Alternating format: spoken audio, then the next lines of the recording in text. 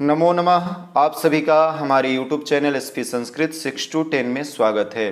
हमने पिछली कक्षाओं में अमृता नामक पुस्तक जो कक्षा 6 में पढ़ाई जाती है उसके 6 पाठ तक का हमने अध्ययन किया था। आज इस वीडियो के माध्यम से हम उसके 7वें पाठ का अध्ययन करेंगे। आइए 7वें पाठ पे ध्यान देते हैं। सबसे ऊपर दिख रहा है आपको सप्तमः पाठ अर्थात 7वां पाठ। शस सिंह कथा। शस यानी खरगोश, सिंह यानी सिंह, कथा यानी खरगोश और सिंह की कथा है, शेर की कथा है। ये किसकी कथा है? इसमें आपको खरगोश और शेर दोनों की कथा दिखेगी। एकस्मिन् वने एकः भयंकरः सिंहः वसति स्म।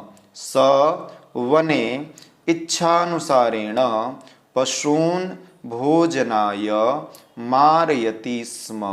अतः सर्वे पशवः भीताः अभवन्। ते मिलित्वा विचारम् अकुर्वन्। प्रतिदिनम् एकैकः पशुः सिंहस्य भोजनाय स्वयं गच्छतु। स्वविचारं ते सिंहस्य समीपम् अस्थापयन्। तदा सिंहः आम इति अवदत्। अब आइए थोड़ा सा इसके अर्थ पे ध्यान देते हैं। एकस्मिन् वने अर्थात एक वन में, एकः भयंकरः एक भयानक, सिंह यानी शेर, वसति यानी रहता, स्म यानी था, एक वन में एक भयानक शेर रहता था। सह यानी वह, वने यानी वन में, इच्छानुसारेण यानी अपनी इच्छा के अनुसार से, कर्ता ने कर्म को करण से, पशून पशुओं को, भोजनाय भोजन के लिए, मारयति स्म मारता था।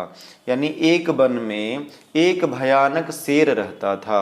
वह वन में इच्छानुसार यानी अपनी इच्छा के अनुसार पशुओं को भोजन के लिए मारता था। अतः सर्वे पशवः भीताः अभवन्। अतः सर्वे यानी सभी, पशवः यानी पशु, भीता सभी पशु जो थे वो भयभीत थे। क्या थे? भयभीत थे। स्वाभाविक सी बात है, यदि वो प्रतिदिन अपनी सुविधा के अनुसार पशुओं को मारेगा तो वन के सारे जो भी जानवर हैं वो स्वाभाविक सी बात है भयभीत होंगे। ते यानी वे सब, मिलित्वा विचारम अकुर्वन् वे सभी मिलकर, मिलित्वा यानी मिलकर, विचारम यानी विचार को, अकुर्वन् यानी किए, वे सभी मिलकर एक विचार को किए। क्या किए वो? प्रतिदिनम एकैकः पशुः सिंहस्य भोजनाय स्वयं गच्छतु। यानी प्रतिदिन एक एक, इसमें कौन संधि हुई है? वृद्धि संधि हुई है। कौन संधि? एक एक, एक एक बन गया है। प्रतिदिनम एक एक यानी प्रतिदिन एक एक पशु सिंह के भोजन के लिए अपने आप स्वयं से जाएगा। स्वयं से जाओ, गच्छतु यानी ये नियम बनाया उन्होंने, विचार किया कि एक एक पशु क्या करना चाहिए? प्रतिदिन सिंह के भोजन के लिए जाना चाहिए। प्रतिदिन एक एक पशु सिंह के भोजन के लिए अपने आप जाना चाहिए, यानी स्वयं गच्छतु। आगे, स्वविचारम ते सिंहस्य समीपम स्थापयन्। स्वविचार यानी कौन सा? कि प्रतिदिन एक एक पशु आपके लिए भेज दिया जाएगा। यह विचार जो था, ते वे सब, सिंहस्य समीपम सिंह के समीप यानी सिंह के पास, स्थापयन् सिंह के पास गए लोग और इस विचार को उसके पास उन्होंने बताया पशुओं ने। तदा यानी तब, सिंह यानी शेर, आम मतलब हाँ, इति अवदत् उसके बाद जब ये लोग सिंह से बोले ये बात तो वह क्या कहता है? सिंह बोलता है आम, ये ठीक है आप जो कह रहे हैं, आम यानी हाँ, हाँ में उसने सहमति दे दी, अवदत् हाँ बोला उसने। एवं एकैकः पशुः सिंहस्य भोजनकाले प्रतिदिनम् अगच्छत्। एवं यानी इस प्रकार, या एवं बोल सकते हैं, एक एक पशु सिंह के भोजन समय में प्रतिदिन जाते थे। प्रतिदिन क्या करते थे? एक एक पशु अपने आप जाते थे। वने पशवः निश्चिंताः अभवन्। इस प्रकार वन में पशवः यानी जो भी पशु थे, निश्चिंत यानी निश्चिंताः अभवन्, निश्चिंत हो गए। अब उनको चिंता नहीं थी कि आकर के शेर हमें मार देगा, क्योंकि उनको पता था प्रतिदिन एक एक पशु जा रहा है। आगे देखें, एकस्मिन् दिवसे एकस्य शशस्य वारः आसीत्। एकस्मिन् दिवसे एक दिन, एक शश यानी खरगोश, वारह यानी बारी, आसीत यानी थी, एक दिन एक खरगोश की बारी थी, यानी कि सह विलंबेन सिंह समीपम अगच्छत। वह जो है सिंह विलंब से शेर के पास गया। कौन? जो खरगोश है। तस्य अल्प शरीरेण विलंबेन आगमने च सिंहः कुपितः अभवत्। उसके, किसके?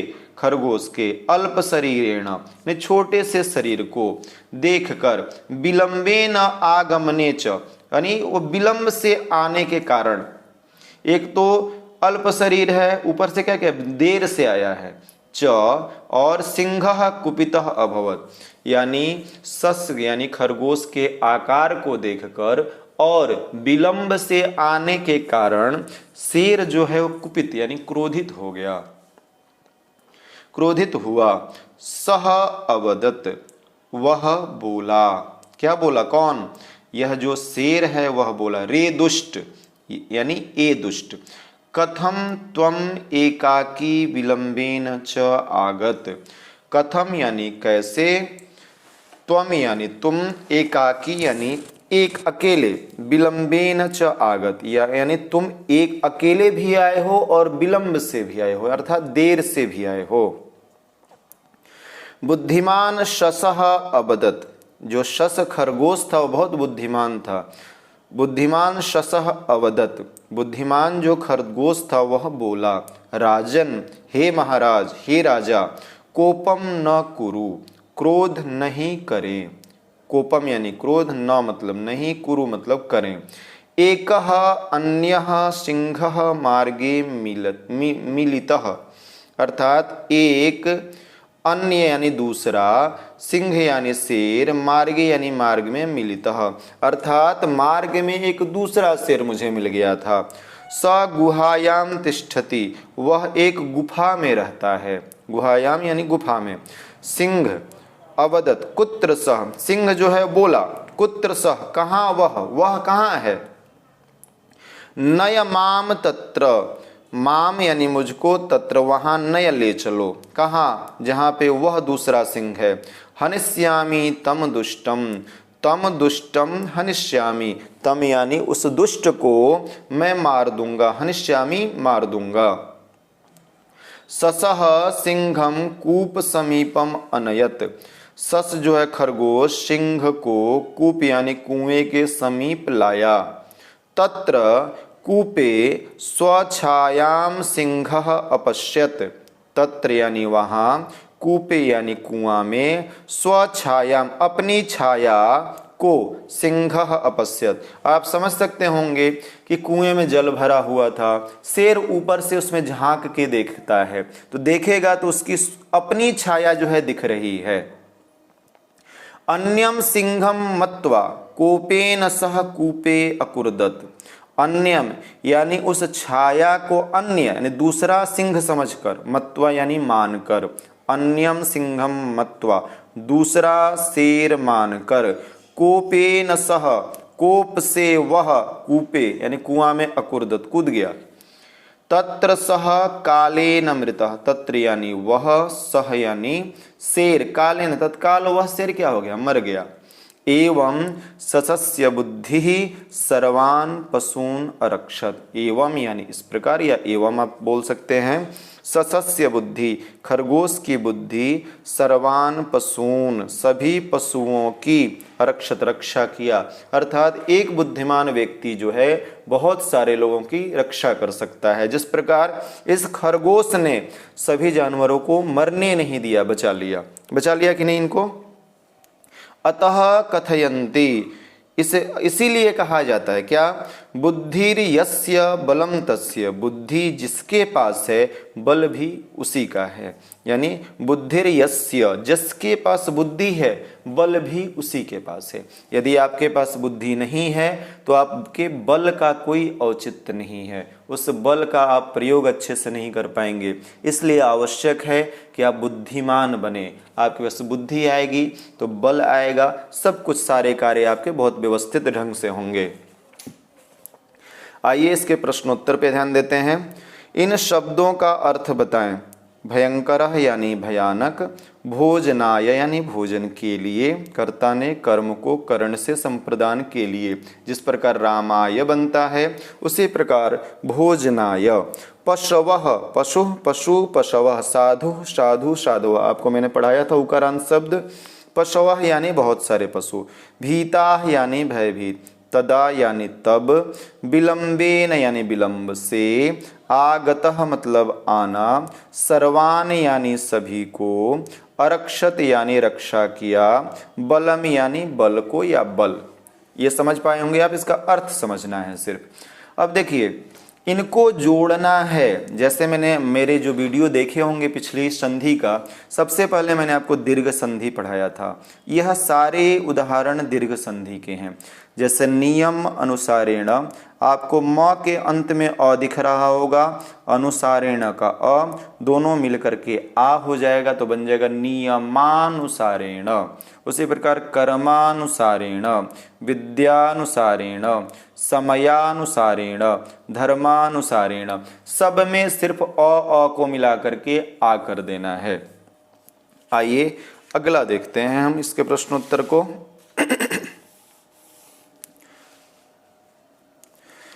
इन शब्दों का, किन शब्दों का, जो यहाँ पे दिए हुए हैं, इन शब्दों का पंचमी एक वचन में रूप बनाएं। सिंह का क्या बनेगा, तो सिंह का जिस प्रकार राम शब्द का रामात बनता है उसी प्रकार सिंह शब्द का सिंहात बनेगा, शस का शसात बनेगा, शरीर का शरीरात बनेगा, कूप का कूपात बनेगा, बल का बलात बनेगा। ये समझ पा रहे हो, जिस प्रकार राम शब्द चलता है, राम शब्द के पंचमी एक वचन में रामात बनता है, उसी प्रकार ये सिंह, शस, शरीर, कूप, बल, ये सब उसी प्रकार चलेंगे। आइए चौथे प्रश्न पे ध्यान देते हैं। तत्र शब्द से युक्त 5 वाक्य बोले। तत्र का अर्थ होता है वहाँ। तत्र बालकः पठति, वहाँ बालक पढ़ता है। तत्र रामः क्रीडति, वहाँ राम खेलता है। इस प्रकार आप और वाक्यों का प्रयोग कर लीजिएगा। आइए अब लिखित शब्दों को समझते हैं। इन वाक्यों में रिक्त स्थानों को सही शब्दों से भरें। एकस्मिन जगह खाली था, एकरः भयंकरः सिंहः वसति स्म। तो आपको पता है एकस्मिन वने यानी एक वन में एक भयानक शेर रहता था। सर्वे पशवः डैश अभवन, भीताः यानी सभी पशु क्या हुए थे, भयभीत हुए थे। तदा सिंहः, तब शेर, आम यानी हाँ, इति अवदत, शेर ने आम, आम का अर्थ यहाँ पे आम नहीं समझना है, आम जो है यहाँ पे हाँ के लिए प्रयोग किया जाता है, आम और न, या न यानी नहीं। सह विलंबेन सिंह समीपम अगच्छत, सह अगच्छत यानी गया, कौन गया था आपको पता है, खरगोश। बुद्धिर्यस्य बलम तस्य, बुद्धिर्यस्य बलम तस्य, इस कहानी का सार यही है कि जिसके पास बुद्धि है बल भी उसी का है। आगे देखिए, अधोलिखित वाक्यों को 3 बार लिखें। तो ये आप लोग लिख लेंगे, संस्कृत और हिंदी, पहले हिंदी है उसी का संस्कृत दिया हुआ है। जैसे जंगल में तो वने, एक सिंह तो एकः सिंह था का आसीत, उसी प्रकार ये सारे कर लेने हैं। देखिए, बुद्धिर्यस्य बलम तस्य, जिसके पास बुद्धि है उसी के पास बल है। इन शब्दों के वाक्य बनाएं। जैसे भयंकरः तो भयंकरः, सिंहः, भयंकरः, और भी बहुत सारे शब्द हैं। आप इससे सारे प्रश्नों का उत्तर मैं इसलिए नहीं देता हूं कि आप खुद से भी कुछ करने का प्रयास करेंगे। चलिए अगला है भयंकरः, सिंहः, तदा वने, बुद्धिमान, कुत्र। इससे ढूंढकर आप लोग वाक्यों को बनाएं और उसको आप टेक्स्ट मैसेज के माध्यम से यूट्यूब पे आप कमेंट के माध्यम से अपने उत्तर को बता सकते हैं।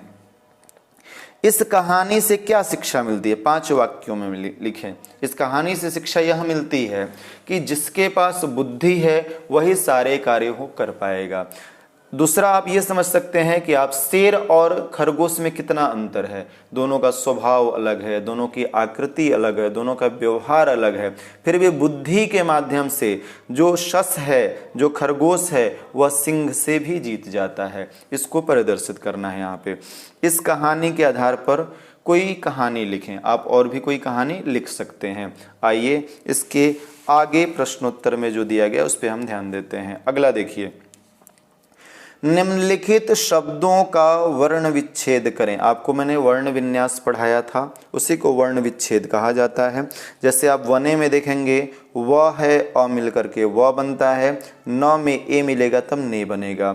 उसी प्रकार इसका आपको बनाना है व प्लस अ प्लस स प्लस अ प्लस त प्लस छोटी ई, वसति, वसति बन जाएगा। ठीक है। उसी प्रकार मुझे उम्मीद है आप लोग बहुत सहज है इसको बनाना, क्योंकि मैंने प्रारंभिक कक्षाओं में ही आपको ये चीज़ें पढ़ाई थी।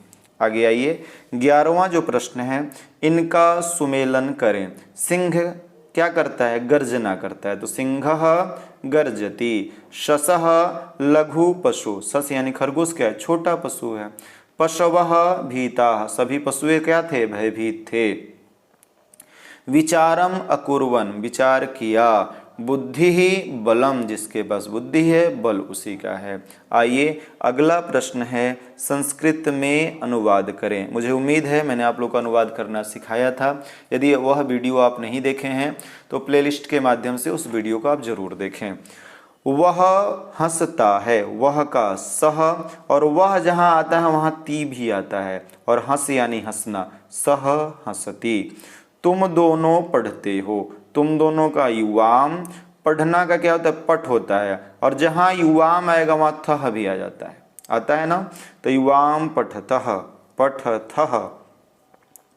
मैं लिखती हूँ, अहम लिखामी, मैं लिखती हूँ, अहम लिखामी। शांभवी दौड़ती है, शांभवी धावती। देखिए ये ईकारांत है, समझ रहे ना, ई है, तो इसमें कुछ भी विसर्ग नहीं लेगा। शांभवी धावती। महेश जाता है, तो महेशः गच्छति। मुझे उम्मीद है आप संपूर्ण पाठ को समझ पाए होंगे। एक चीज़ और आप सभी के लिए, आप जो भी वीडियो देखते हैं उसको पूरा देखा कीजिए। जब तक आप पूरी वीडियो नहीं देखेंगे आपको कभी भी पाठ समझ में नहीं आएगा। तो आप ऐसे ही पढ़ते रहें और मेरे साथ जुड़े रहिए। चैनल को सब्सक्राइब, लाइक और शेयर करना जरूर करें। धन्यवाद।